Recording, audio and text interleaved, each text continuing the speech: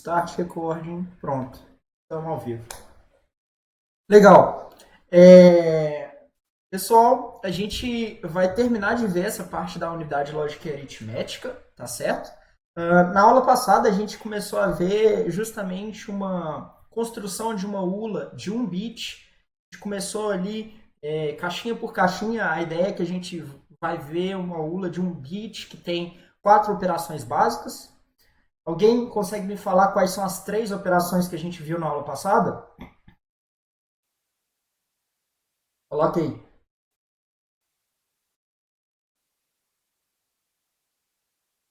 Isso. Igual a Daiane falou ali, a gente viu as operações lógicas de AND e OR. E a gente viu também a operação lógica de soma.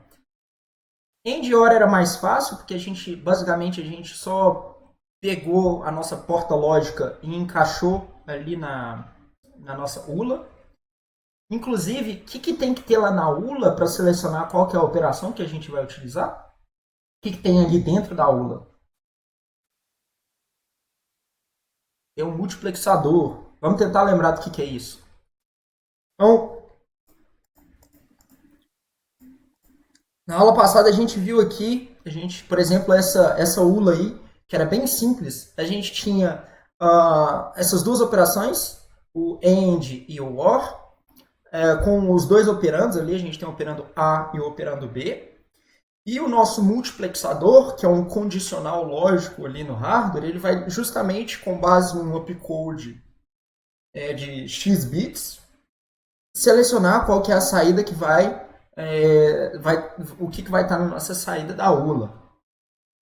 Quem que está com dúvida nessa ULA aí, o que o multiplexador está fazendo? Comenta aí só para ter uma noção, que aí a gente gasta um pouquinho mais de tempo aqui na nossa revisão. Quem não lembra de nada? O Douglas está digitando.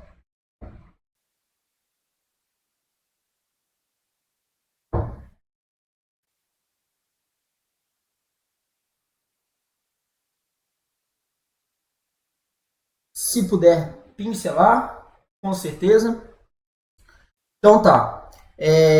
A unidade lógica e aritmética. Obrigado, gente. É isso aí. Tem que colaborar. Vota no link ali, porque eu tenho que melhorar. Quero melhorar aí para todo mundo. Olha só. A unidade lógica e aritmética, ela basicamente, vamos falar assim, é o cerne do nosso processador, porque é onde que todas as instruções lógicas e aritméticas, mas também os cálculos de desvio e cálculo de endereços vão acontecer. Ela está lá no meio do nosso caminho de dados. E quem que controla a unidade lógica e aritmética e diz, ULA, você vai executar essa operação, é a unidade de controle. E como é que isso funciona? Vamos dar uma olhada aqui numa ULA bem simples. Essa é uma ULA que faz apenas 2 operações, que é a operação de AND, e lógico, e a operação de OR, de ou lógico. Certo? Então, como a gente pode ver aqui, a gente tem basicamente os 2 operandos entrando na nossa ULA, que são os nossos operandos A e B. E aqui a gente tem um multiplexador. O multiplexador ele é como se fosse um condicional. E ele vai selecionar no hardware ali qual das 2 operações vai ser feitas. Porque o multiplexador é um circuito que funciona da seguinte forma. Se você tiver com dúvida no multiplexador, volta 2 aulas para trás, lá no YouTube ou no Canvas, que é a parte de circuitos combinacionais, certo? Mas, então, relembrando, o multiplexador, basicamente, ele é um circuito combinacional, onde, com base num código de operação, ele vai selecionar qual que é qual das entradas que vão ser direcionadas para a nossa saída. Então, por exemplo, se esse código for 0, essa entrada aqui, ela que é conectada na nossa saída. Caso contrário, se for 1, é a nossa saída da operação de OR, que é conectada. E com base nessa ideia de ter um multiplexador e ter as diferentes operações conectadas na entrada do multiplexador, a gente consegue fazer uma ULA bem simples que faz as operações lógicas de AND ou de OR. Douglas, Vitor e Gabriel, Deu para dar uma pincelada? Deu para refrescar? Legal. Mas a gente passou um bom tempo aí na última aula falando disso. Se vocês estiverem com dúvida, volta lá e vê os vídeos, ok? Então tá. Então a gente colocou essas duas operações aí e tem mais e tem a operação final que a gente passou um bom tempo vendo ali na aula, que era a operação de soma. A operação de soma ela era um pouquinho mais complicada porque o negócio é o seguinte: na nossa operação de soma a gente vai não existe uma porta lógica que faz uma soma para a gente, então a gente teve que construir o circuito de soma que chama somador. E a gente fez isso baseado na tabela verdade da soma, que a gente construiu junto. Então, vou passar aqui rapidamente. Então, a gente tinha aqui... Sempre somo com o meu mouse. Aqui a gente tinha a nossa ULA, então, com adição. E aqui é o nosso circuito de somador. Eu vou deixar aqui. Isso aqui estão todos os cálculos que a gente fez junto aqui, resumindo como é que funciona o circuito de soma. Aqui é bem passo a passo, bem detalhadinho, então quem não viu esse vídeo ainda, volta, a gente constrói bem aos pouquinhos tudo que está escrito aí, tá bom? Mas basicamente o circuito de soma, ele é um cara que recebe as duas entradas A e B, produz uma soma, mas além dessa soma, ele pode produzir um vai-1, certo? E ele também pode receber como entrada um vem-1, se a gente estiver falando de vários circuitos de soma conectados em cascata, certo? A gente construiu esse circuito lá no Logicsim com base nessa tabela verdade que está aqui, ó, essa tabela verdade aqui, usando a técnica que a gente viu de soma de produtos lá na aula de portas lógicas. Também, se você tiver com dúvida nisso, volta, acho que três aulas para trás, tem a parte de portas lógicas. Você vai ver como que a gente constrói, a partir de uma tabela verdade, uma expressão lógica, e a partir da expressão lógica, uma representação gráfica do nosso circuito.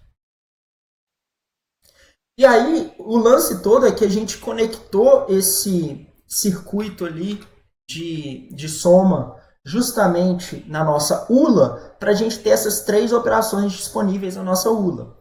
A gente tem a operação de AND, então é esse cara aqui, a operação de OR e a operação de soma. E repare que a gente seleciona agora, com base num código de 2 bits, qual que é a operação que vai ser executada. Então, vamos listar aqui quem que são as operações possíveis. Se o multiplexador tiver o valor 0, a gente está falando 0, 0. Vou colocar aqui, tamanho 12, 16. 0, 0. Vou perguntar aí, ó, pro Douglas. Douglas, se a operação é 0, 0, o que está sendo executado? Qual que é a operação que vai ser executada pela nossa ULA?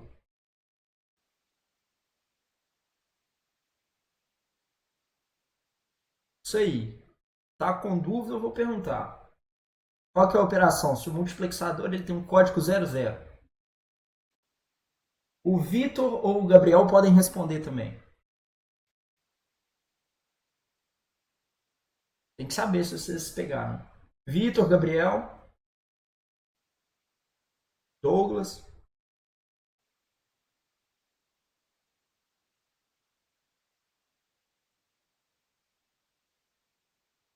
Você queria consultar a tabela.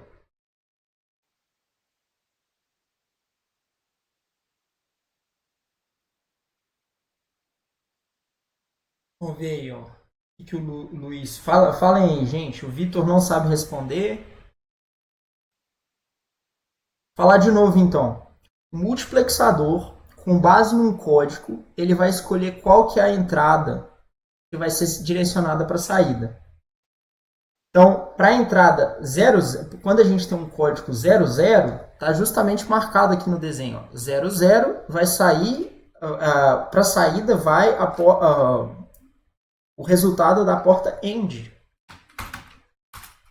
Certo? Se é 01, ele vai sair o resultado da porta OR. E o que é o 2? Quando é 1, 0. O que é 1, 0? Quem responder aí primeiro? Igual? Soma. Isso. É o que o Ian, o Glauber falaram. Soma. E quando é o 3, que é 1, até agora a gente não tem nada, porque não tem operação que está pendurada no 3. E aí a gente vai justamente colocar a subtração ali. A gente vai ver como que a gente faz isso. Ok? Gente, alguma dúvida aí? Tá tranquilo?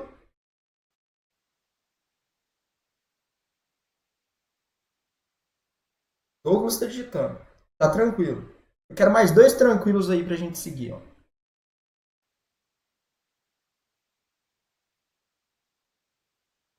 Show! Temos três tranquilos, a gente segue, então. Legal. Então, a aula de hoje. Como que a gente vai fazer a subtração? Eu até tinha comentado isso nas aulas teóricas. Essa aula também é teórica, mas nas outras aulas teóricas, que, na verdade, os números negativos, eles são representados no que a gente chama de complemento de 2. Que assim, a gente tem que definir. Os números que a gente tem 0 e 1. São os algarismos que a gente tem é 0 e 1 no sistema binário. E a gente tem que ter alguma forma de identificar o que é o número negativo do positivo, porque não existe o sinal negativo lá no nosso circuito lógico, certo? Como que a gente faz isso? A gente faz isso na aritmética computacional usando o que a gente chama de complemento de 2. Então, complemento de 2. Complemento de 2. Complemento de 2. Funciona da seguinte forma. Vamos dizer que eu tenho um número, esse número aqui, ó. 10. Sei lá, 10. O número 10, vou colocar um outro número. O número 10, vou colocar um outro número para não ficar tão ruim assim. Sei lá, 13. 13. 13. O número 13 em binário, ele é escrito como... Quem que sabe me dizer como que o número 13 em binário fica? Vou fazer junto aqui, ó. 1, 0, 0, 0. Aqui seria... aqui seria...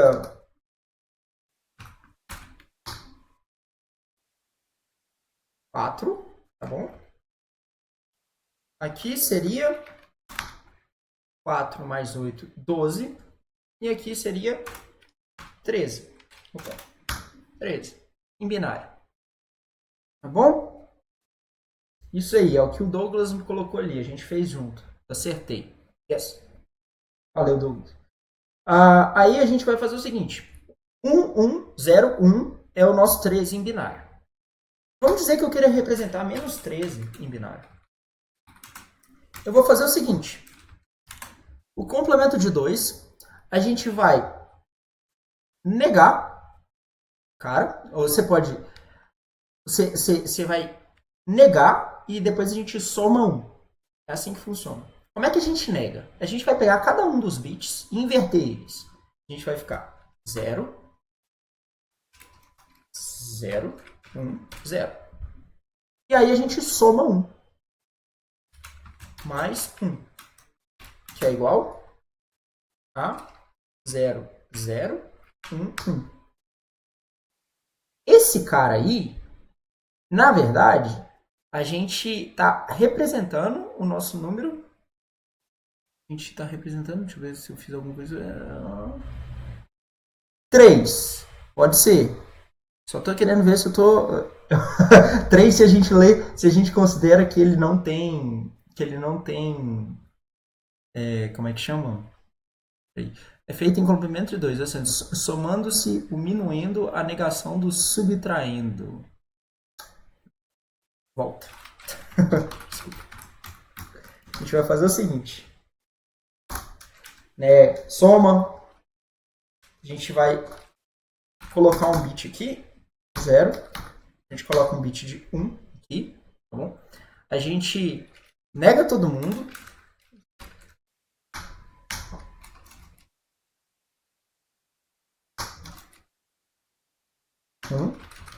Esse cara aqui vai ser 1. E a gente soma mais 1. Opa.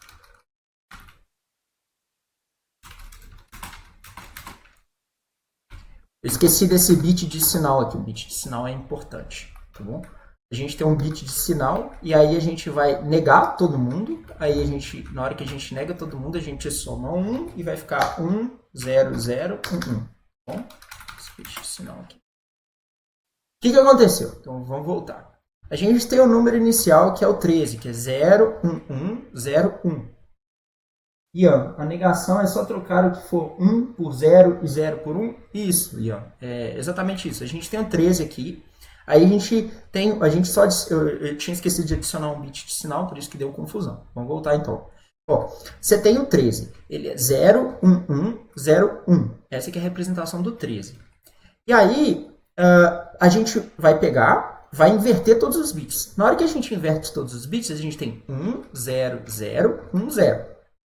E aí a gente soma 1 nesse resultado. A partir do momento que a gente soma 1, a gente tem justamente 1, 0, 0, 1, 1. E esse cara aí, ele é, vamos falar assim, um número negativo. Quando a gente olha para ele, a gente fala, esse é um número negativo. Por quê? A gente pegou o último bit lá, e o último bit, que seria o bit número 5, a gente está usando ele de sinal. Tá certo? E quando a gente fez isso, a gente justamente vai conseguir diferenciar os números negativos dos números positivos. Para fazer essa diferenciação, a única coisa que a gente tem que olhar é justamente esse. Opa, não. Vamos só. Opa, não. Vamos colocar em azul de novo. Em azul de novo. E aí eu pego esse cara aqui. Para eu diferenciar, eu tenho que olhar sempre esse número aqui, ó. Esse bit mais significativo aqui. Quando o bit ele quando ele é 0, significa que o meu número é positivo. Quando ele é 1, significa que o meu número é negativo. Vamos ver, tem perguntas. Eu fiquei com uma dúvida sobre o armazenamento do número. Diga aí, Douglas. Pode mandar áudio, manda o áudio aí pra gente. Eu fiquei com dúvida do seguinte. Primeiro, né? Boa noite. Boa noite. Esse número o que você colocou antes, do 13, quando ele era 13 normal era 0, quando era negativo, que você inverteu tudo, você colocou o dígito 1. Uhum. No momento do armazenamento, existe tipo um local de armazenamento se é o 0 ou se é 1 para identificar se é positivo ou negativo? Não. Boa pergunta. Todo mundo ouviu a pergunta do Douglas, né? Tá. Essa é uma boa pergunta, tá, Douglas?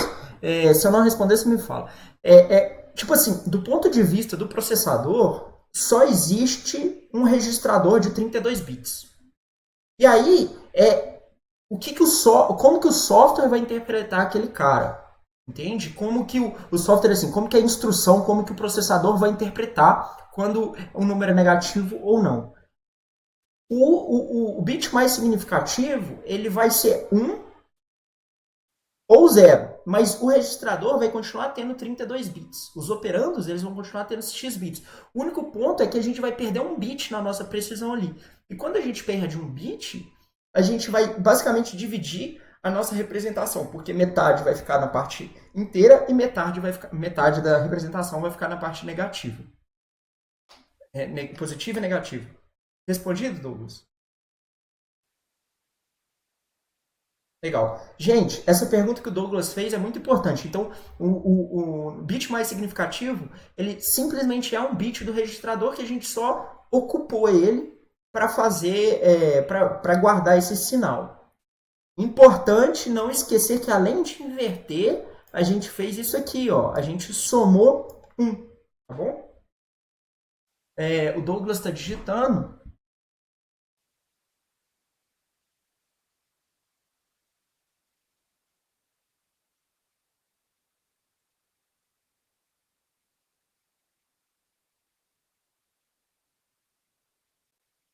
Certo? Isso, quando a gente está falando assim, a gente pode assumir que o primeiro número é o sinal. A gente poderia assumir que o primeiro número é o sinal, sim.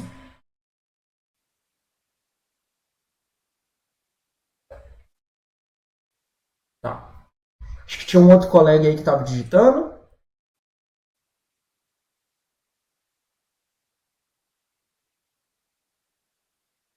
É, o Nicolau, isso.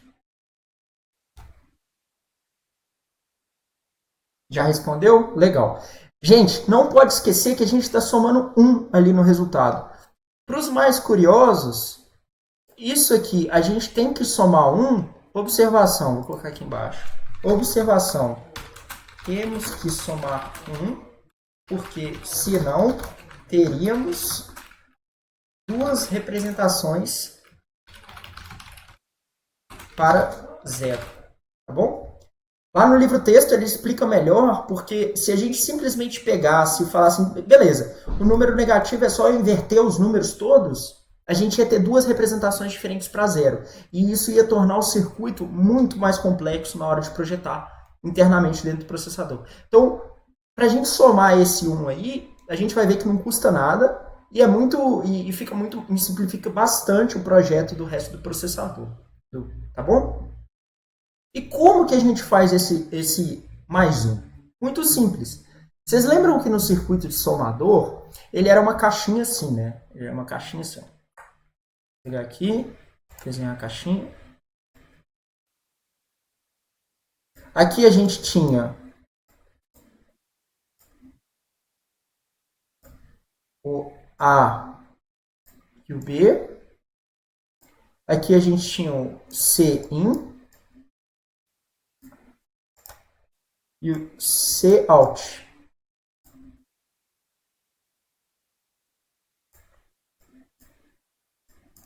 E aqui a gente tinha um X. Basicamente, o que a gente faz assim, nesse meu belo desenho aí? No CIN, que é o vem 1, no primeiro vem 1, o que a gente pode fazer? A gente, em vez de colocar 0 no nosso vem 1, a gente coloca 1 no nosso vem 1. E aí, a gente justamente tem esse mais 1 de graça, sem ter que adicionar nada no nosso circuito. Todo mundo consegue enxergar isso na caixinha? Quem que não consegue? Digita aí para mim. Digita aí. O que o Pedro está falando?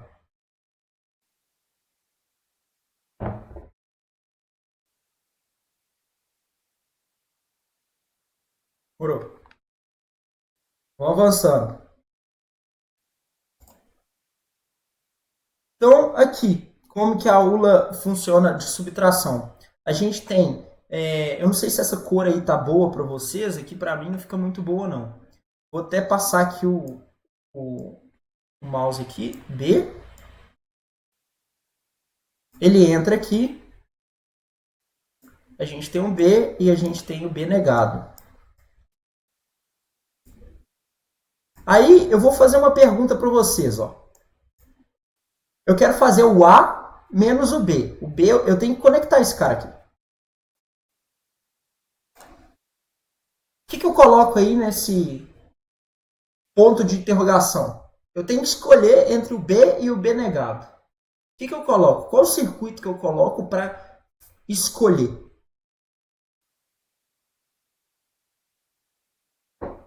Douglas está digitando. Vitor está digitando.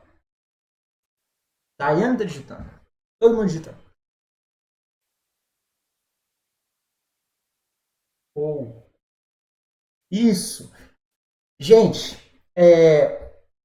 o Douglas e o Vitor, eles falaram uma coisa que faz sentido, mas é porque é assim. Douglas e Vitor, vamos ver se vocês entendem. É tipo assim, eu quero escolher.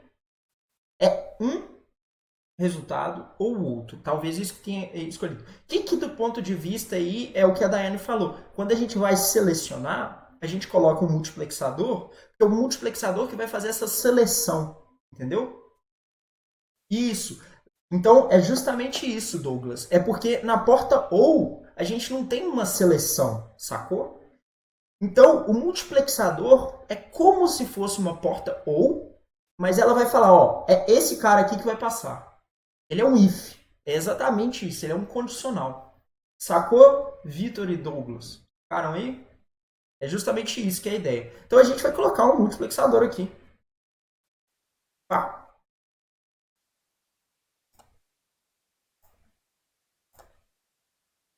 Mux. Show. Multiplexador. Mux é a mesma coisa de multiplexador, tá bom, gente? Nos circuitos e tal.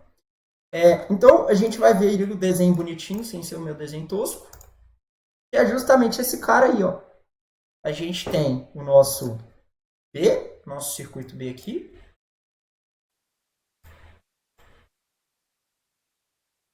Tá. Aqui é o nosso B.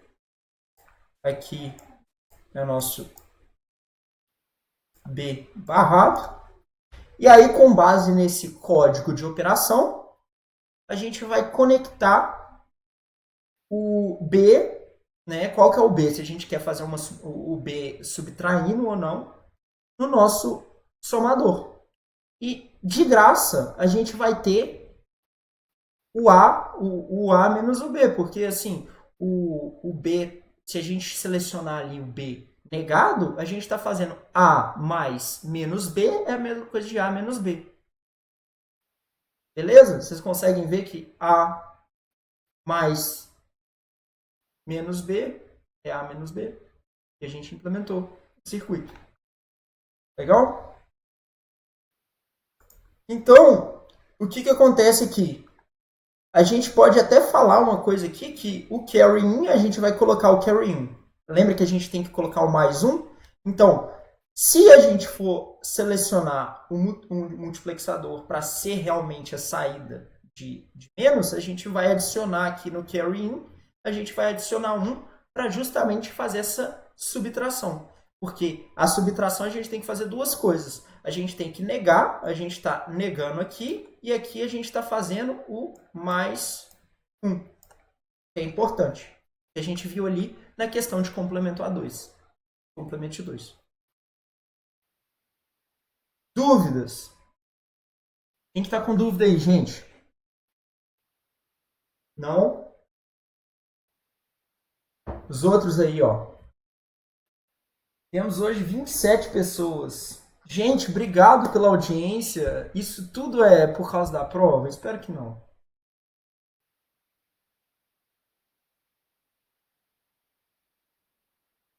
Tem gente aí que eu sei que não é por causa da prova e tem gente que eu sei, hein? Prova? Claro.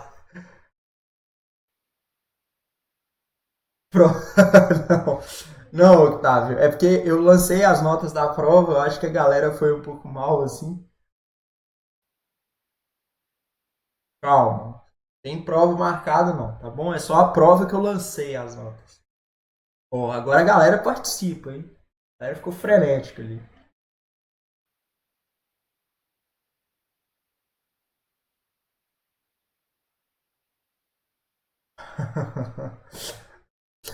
Pois é.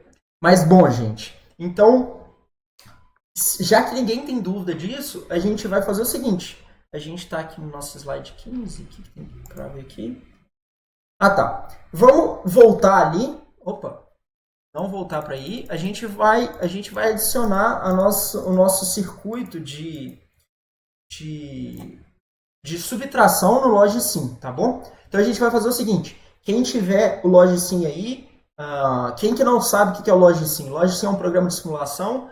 Vai no Canvas. No Canvas vai ter um link para download ou então um link para você entrar na página deles e fazer o download. É um simulador de circuitos lógicos que a gente vai usar aqui.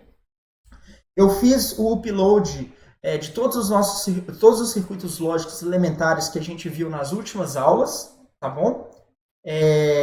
Na minha matéria, eu não entendi o que você perguntou aí, Letícia.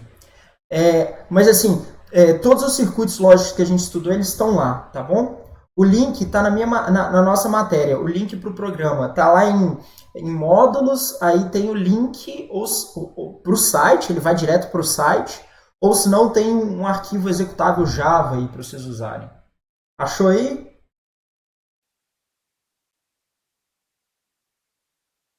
Downloads Logicsim, isso aí.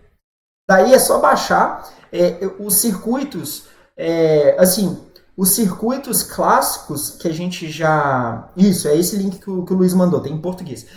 Os circuitos clássicos que a gente já viu nas outras aulas, eu já postei eles todos no Canvas. Então tem como vocês baixarem e abrirem ele no Logicsim para simular, tá bom?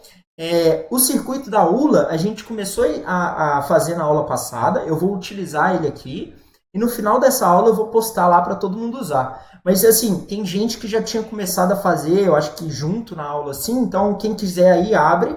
Os que não tinham começado a fazer, presta atenção, depois eu vou liberar esse arquivo para todo mundo brincar. Mas o importante mesmo é vocês entenderem o funcionamento do circuito, como é que ele funciona, por alto como que usa o programa, porque muito provavelmente a gente vai usar ele, né? Muito provavelmente não, a gente vai fazer um trabalho em cima dele, tá bom? Eu já tenho até a ideia do que o trabalho é, porque eu vou deixar para anunciar essas mudanças de cronograma depois, tá bom? Mas beleza. Então, vamos mudar para o Logicsim? Se vocês puderem, deixa essa janela com os slides ali aberto. Os slides eles também estão no Canvas, então coloca aí lado a lado para vocês irem acompanhando o que eu estou fazendo. A galera do YouTube vai poder acompanhar mais ou menos porque eu vou colocar aqui compartilhado. Vou fazer assim.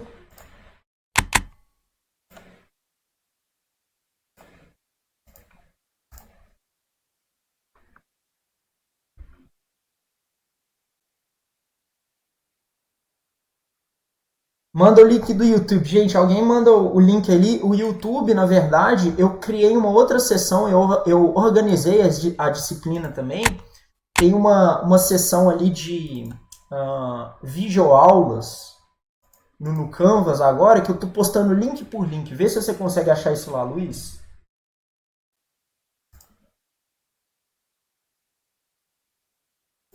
Se não tiver lá é porque deu ruim e eu tenho que liberar. Cadê o Logicsim? Achei. São tantas janelas abertas.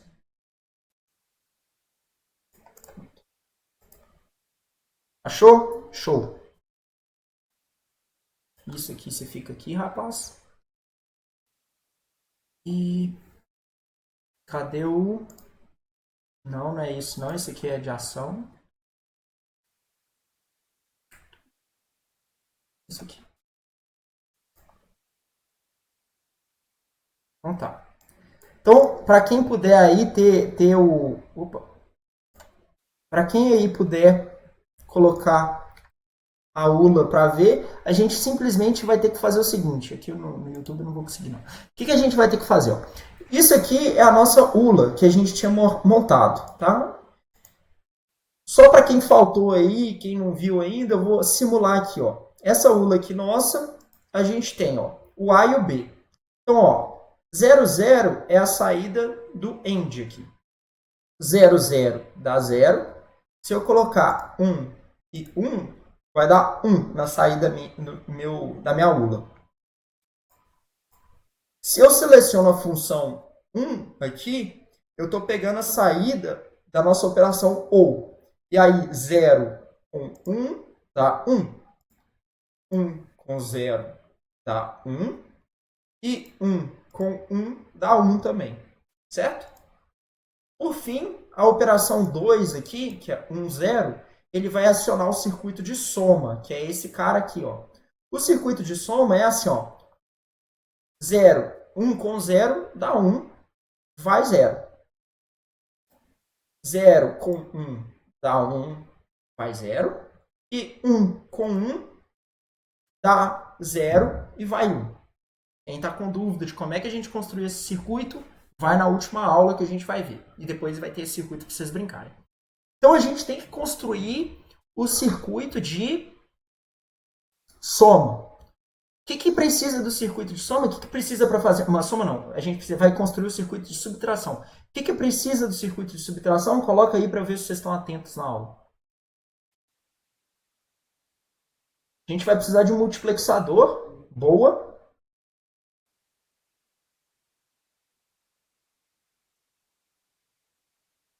Mais o quê?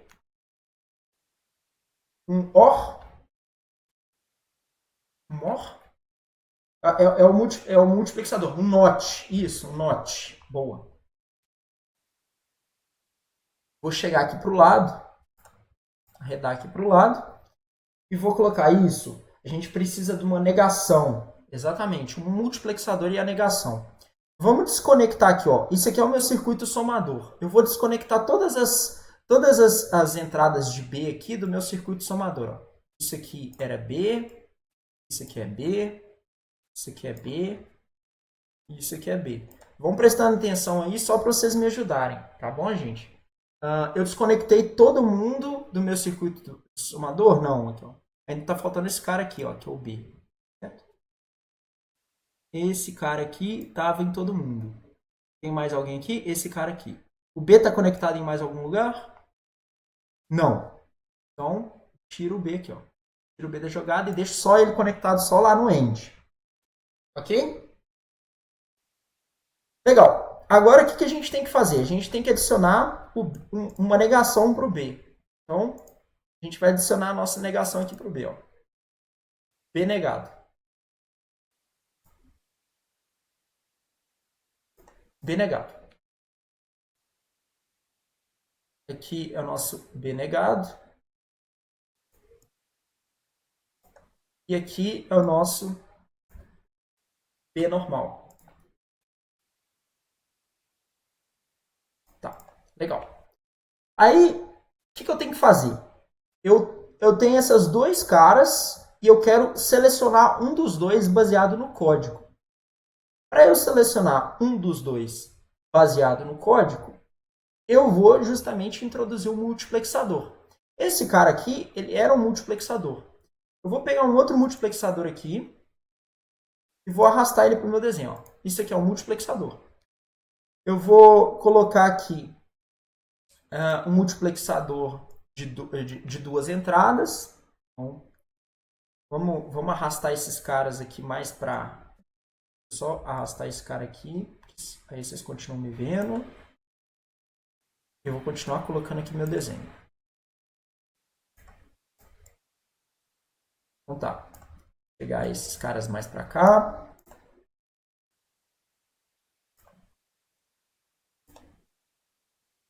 Coloquei o meu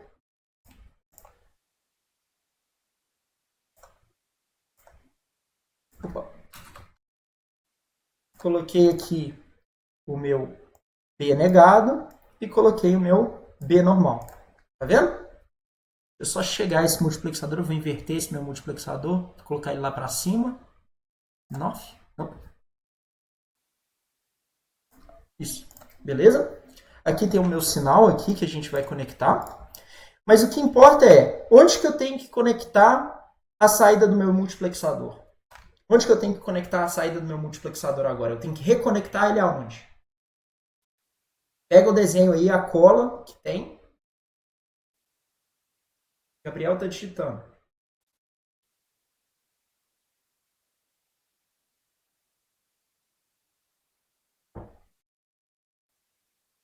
Isso. Na soma. Então eu tenho que reconectar esse cara aqui na saída do meu somador inteiro. Ó, que são justamente esses pininhos que a gente removeu. Então a gente vai puxar ele até lá embaixo. Ó. Puxa ele até aqui. Tem que conectar aqui de novo. Conecta aqui de novo. Conecta aqui de novo.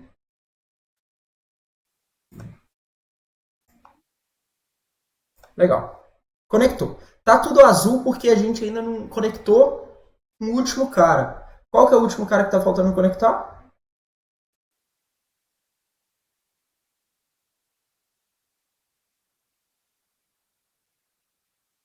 O seletor, o código, o sinal. E onde que ele fica conectado segundo o desenho?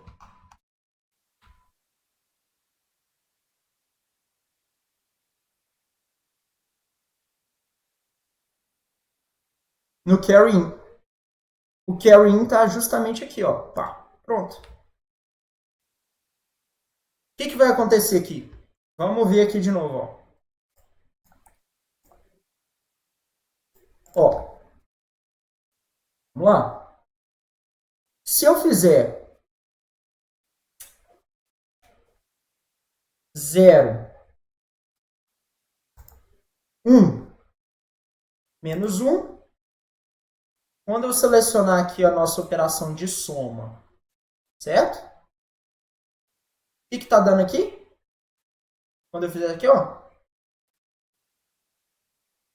soma. Peraí, eu conectei todo mundo? Não, peraí. Ah, isso aqui tá 0, inválido.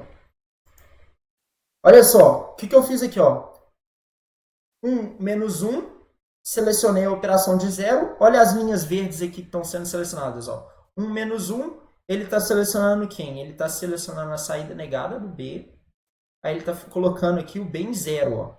E ele está somando justamente o 1 mais o menos 1. Está dando 0 aqui na nossa saída. Tá vendo?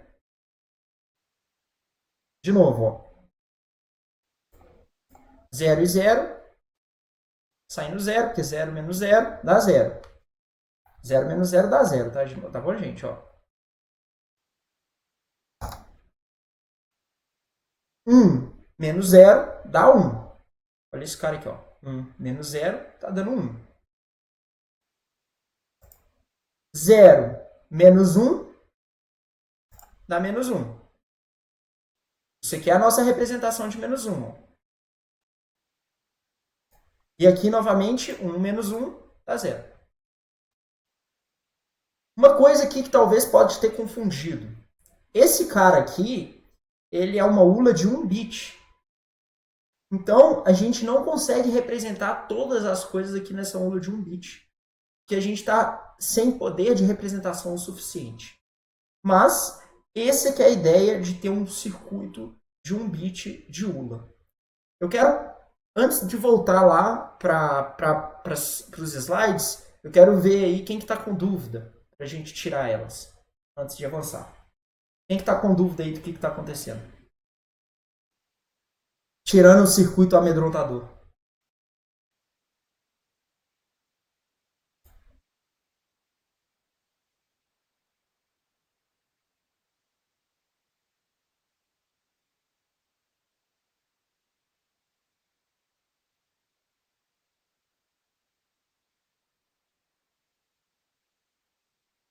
Certo? Deu para entender a explicação? Legal. Legal.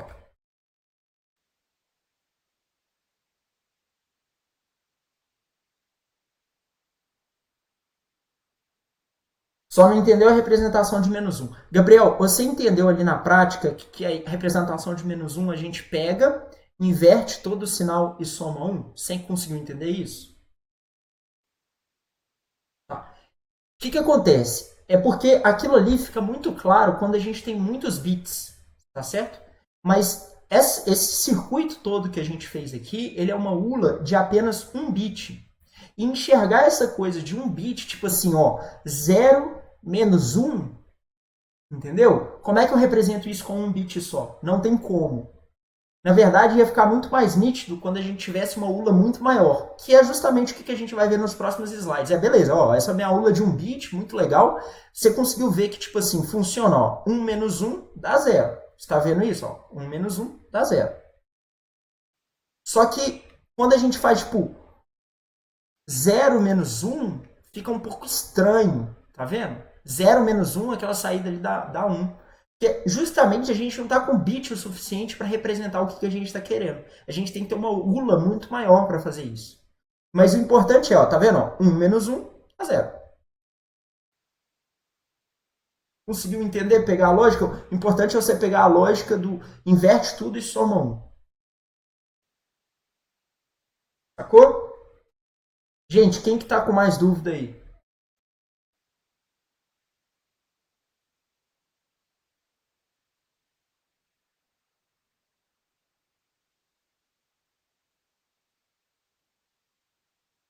Isso, aí daria 2 bits, justamente.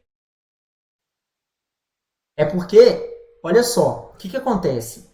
Quando a gente tem 2 bits de sinal, quando a gente tem 2 bits de resultado, a gente justamente quando a gente está interpretando ele como um número que pode ser negativo, o que acontece?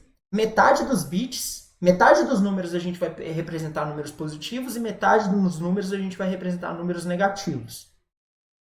E aí o que acontece? Quando a gente só tem um bit de resultado, não existe meio bit para representar, entendeu?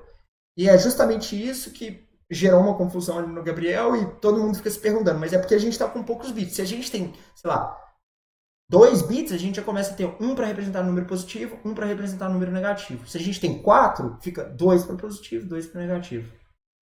Deu para entender melhor? Mas dá para ver que o 1 menos 1 ele faz certo. Que é o importante para uma ULA de 1 bit, é isso que é importante. Porque senão ele passa para o carry out e vai fazendo a soma, a subtração em cascata. Tá bom? Ok, gente? Pode avançar? Quero 3, tá ok aí. Nossa, tá ok não. Fala assim, 3 de boas.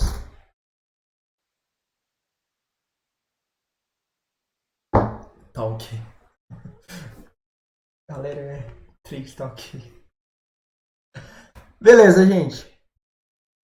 Vamos lá, então. Eu vou salvar aqui a nossa ULA. Esse cara depois vai lá pro Canvas.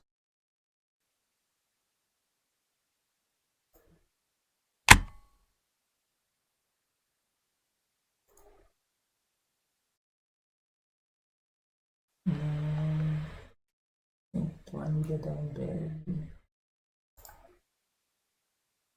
Acho que é esse. Não, não é esse. Gente, meio milhão de abas aqui, peraí. Não tá achando. Ah, não tá achando. Ah, apareceu.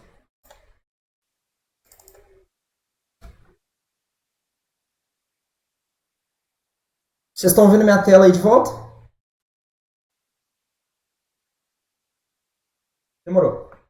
Então a gente vai continuar aqui. A gente viu a ULA de 1 bit. E aí fica a grande pergunta.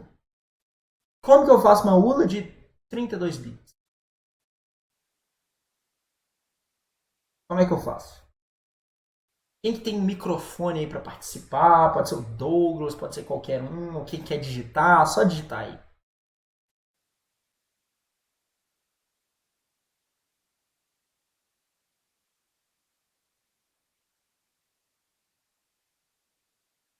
(32 vezes com o Mux. Nem precisa do Mux, é força bruta mesmo, Douglas. Coloca 32 desse aí e pronto. Vamos lá, a gente vai dar uma olhada nisso. Aqui, ó. A gente viu essa ULA de 1 bit, que ela é capaz de fazer todas as operações. Quando a gente quer fazer uma ULA de 32 bits, eu não sei por que ele foi para esse cara aí. Olha só o que acontece. Ó. A gente tem o carry in e o carry out. E a gente vai fazer o seguinte. Vamos fazer assim. Ó. A ULA de n bits, a gente pega uma ULA de 1 bit como unidade básica. Então, tipo assim, tudo que a ULA de 1 bit faz é a mesma coisa que uma ULA de 32 vai fazer.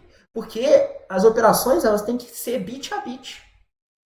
E aí, coisas que tem que propagar de uma ULA para outra, por exemplo, o vai-1, o carry-out, ele é propagado de uma ULA para outra. Então a ideia, por exemplo, do carry-out é que a gente vai conectar o carry-out, ou o vai-1, de uma ULA, no vem-1 da outra ULA.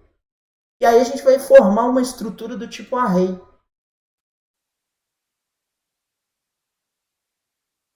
Então vamos tentar entender como é que funciona uma ULA de 4 bits.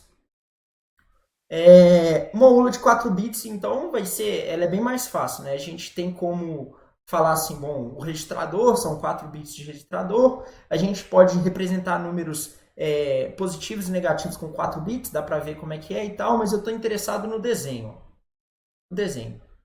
Aqui, olha a ULA de 4 bits, como é que ela funciona.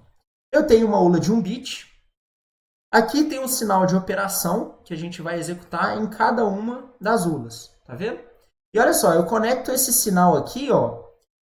Reparem que tem esse sinal aqui, ó. Esse sinal é daquele multiplexador que fica no final da ULA, lembra? Que ele vai selecionar entre OR, AND e soma. Olha só, ele tem aqui, ó.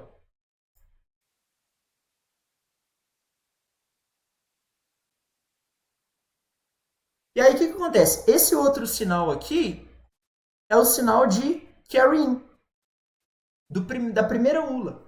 Que é para justamente a gente, quando a gente estiver fazendo a subtração, a gente nega e soma nesse carry in. Os outros carry in, eles estão conectados aqui, ó, no carry out.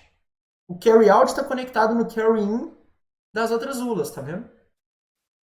E aí, com essa estrutura de array, a gente tem o S0 e o S1, a gente tem as duas operações entre eles. Ó. Você tem o S0 valendo, sei lá, 0, 1, 0, 0, e o S1 valendo 1, 1, 0, 0, por exemplo. E quando ela passa, todos esses bits passam pelas ULAs de um bit, eles dão esse resultado aí que é o T0. Então, basicamente, uma ULA de 32 bits, em vez de ter 4 ULAs desse jeito, são 32 ULAs. Quem que tá com dúvida aí? Quem que não entendeu?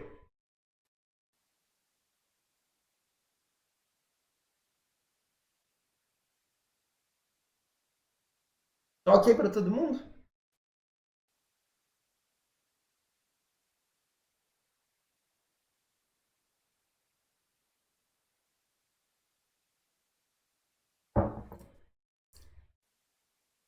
Legal, Gabriel, Daiane falou que tá ok. Vamos ver o Ian aqui que ele vai falar. Ian, fala aí se tá ok para você também. Só feedback é importante para nós.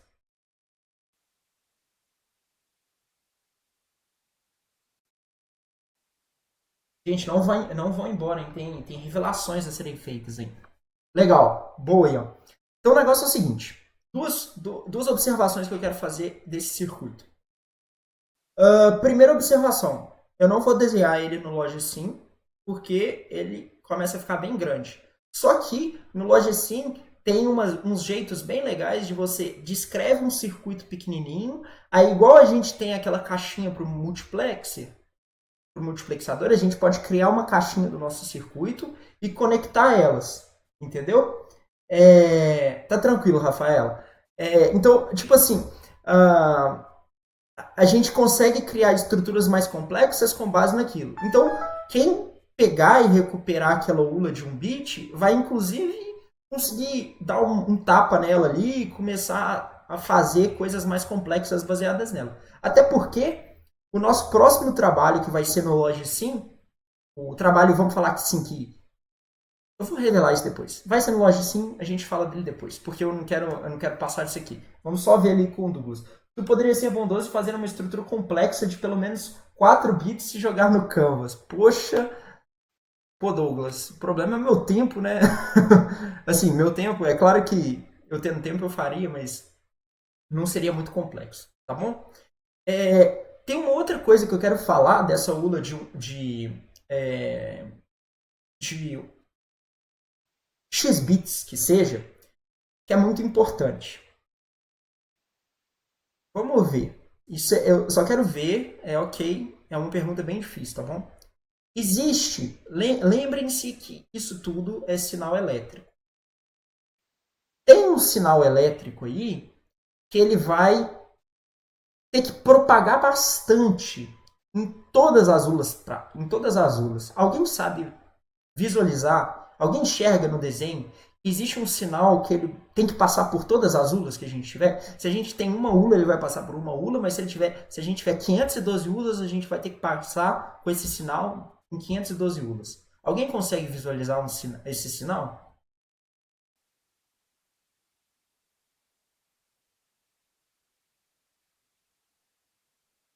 Isso. Boa. Boa. Exatamente. Olha só, gente. Olha só que legal. Esse sinal aqui, ó, que é o do carry in, vou desenhar ele aqui em... Ah, cadê o amarelo? Não, amarelo tá uma cor muito ruim para ver. Em verde, então. O carry in, ele tem que sair da primeira ULA e tem que ir propagando para todas as ULAs até ele chegar no carry out. Vocês estão vendo isso? Se a gente tem 4 ULAs, ok. Se a gente tem 32 ULAs, isso começa a ficar pesado. eu quero dizer por pesado? É porque o nosso circuito, ele tem um clock. Lembra que ele tem um clock? Ele vai oscilando rapidão para salvar as memórias. E se o nosso circuito ele tem um clock que ele oscila muito rápido, e a gente tem o que a gente chama de um caminho do sinal para percorrer muito grande, se a gente projeta a nossa ULA dessa forma, o nosso circuito de soma dessa forma, a gente não consegue ter uma frequência de alteração tão grande no nosso circuito, porque o nosso sinal ele tem que propagar bastante. Isso é uma questão prática, que é bem fácil de ver na questão da ULA, porque esse é o jeito didático. Mas na prática, tipo assim, a Intel, os grandes fabricantes, eles trabalham em otimizações para tentar reduzir o que a gente chama de caminho crítico. Eu vou anotar aqui. Esse aqui é o caminho crítico do circuito. E, em outras palavras, o caminho crítico do circuito, ele que vai ditar a frequência com que um circuito consegue operar máxima.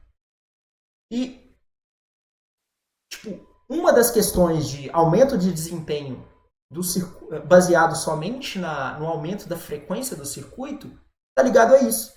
Porque tem uns determinados casos que a gente não consegue fazer nada para reduzir o caminho crítico e a gente não consegue ganhar desempenho. Tá? Isso aí é mais uma curiosidade. No livro tem uma seção ali que ele explica bem como é que a gente consegue otimizar esse circuito. É justamente um circuito de carry rápido, que é justamente para fazer uma soma mais rápida do que essa. Isso ele é um pouco crítico para adição, mas quando a gente passa para multiplicação, isso é extremamente crítico, que a gente tem a conexão de vários multiplexadores em paralelo, em cascata. A diferença de que. Então, Douglas perguntou ali, aproveitando o assunto, entre um circuito de pelo menos 2 bits, a diferença do carry in e carry out, ou é somente sinal para a frequência? Você fala em questão de velocidade, Douglas? Você fala tipo assim, a velocidade? Pode parar. Seria o seguinte: vamos falar que está no primeiro bit. Ele entrou e ele vai sair para ir para o segundo bit, certo? Nesse momento de saída do primeiro bit para o segundo, olhando do jeito que ele entrou no primeiro, há alguma variação ou não? É simplesmente sinal para passar para o segundo? Não, existe a variação, porque se a gente volta, depois dá uma olhada no projeto lógico do Logicsim, na verdade, o carry in do segundo bit é o carry out do último bit. É uma cascata, entendeu? Então, tipo assim, a gente tem um cara aqui que é o carry out desse bit, dessa ULA, que ele processa tudo e ele que vai virar o carry in da próxima unidade lógica e aritmética. Então, tipo assim, é como se fosse realmente um sinal que depende das ULAs precedentes. Então, por isso que ele é um caminho crítico do nosso circuito. Respondido, Douglas?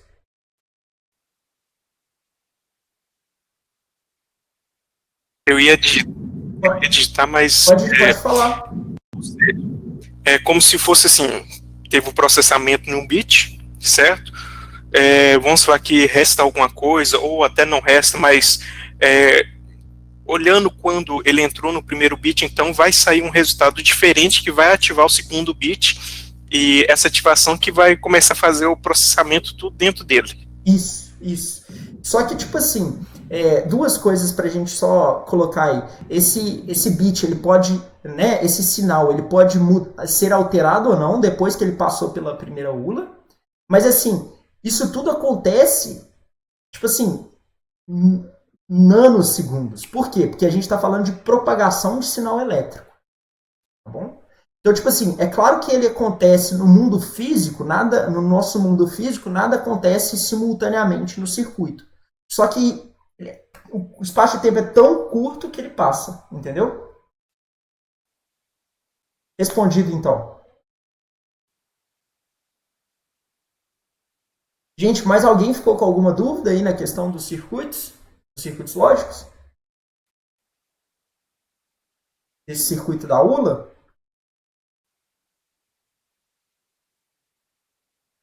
Bom, se ninguém tiver dúvida, eu vou só encerrar aqui a nossa gravação, para o nosso vídeo não ficar tão grande.